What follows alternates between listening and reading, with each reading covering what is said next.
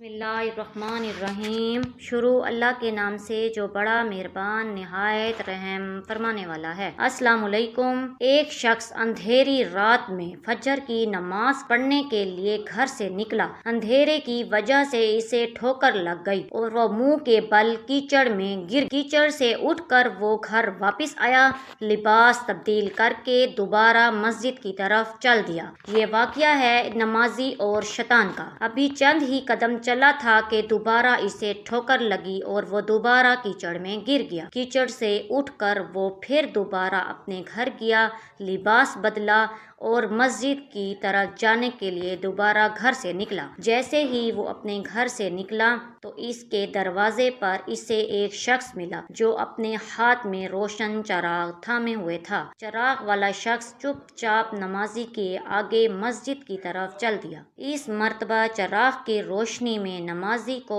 مسجد پہنچنے میں کوئی دشواری کا سامنا نہ کرنا پڑا۔ وہ خیریت سے مسجد پہنچ گیا۔ مسجد کے دروازے پر پہنچ کر چراغ والا شخص رک گیا۔ نمازی اسے چھوڑ کر مسجد داخل ہو گیا اور نماز ادا کرنے لگا۔ نماز سے فارغ ہو کر وہ مسجد کے باہر آیا تو وہ چراغ والا شخص اس کا انتظار کر رہا تھا تاکہ اس نمازی کو چراغ کی روشنی میں گھر چھوڑ آئے۔ جب نمازی گھر پہنچ گیا تو نمازی نے اجنبی شخص سے پوچھا، آپ کون ہیں؟ اجنبی بولا، سچ بتاؤں تو میں ابلیس ہوں۔ نمازی کی تو حیرت کی انتہا نہ رہی۔ اس اجنبی کی یہ بات سن کر نمازی سوچنے لگا، ابلیس شیطان مجھے مسجد تک کیسے چھوڑ سکتا ہے؟ اس کا کام تو لوگوں کو بہکانا ہے۔ تو اس شخص نے بڑی حیرت کے ساتھ ابلیس سے پوچھا، تجھے تو میری نماز رہ جانے پہ خوش ہونا چاہیے تھا، مگر تم تو چراغ کی روشنی میں مجھے مسجد تک چھوڑنے آئے۔ ابلیس نے جواب دیا، تمہیں پہلی بار ٹھوکر لگی اور تم لباس تبدیل کر کے مسجد کی طرف پلٹے تو اللہ تعالیٰ نے تیرے سارے گناہ معاف فرما دیے، اور جب تمہیں دوسری دفعہ ٹھوکر لگی تو اللہ تعالیٰ نے تمہارے پورے خاندان کو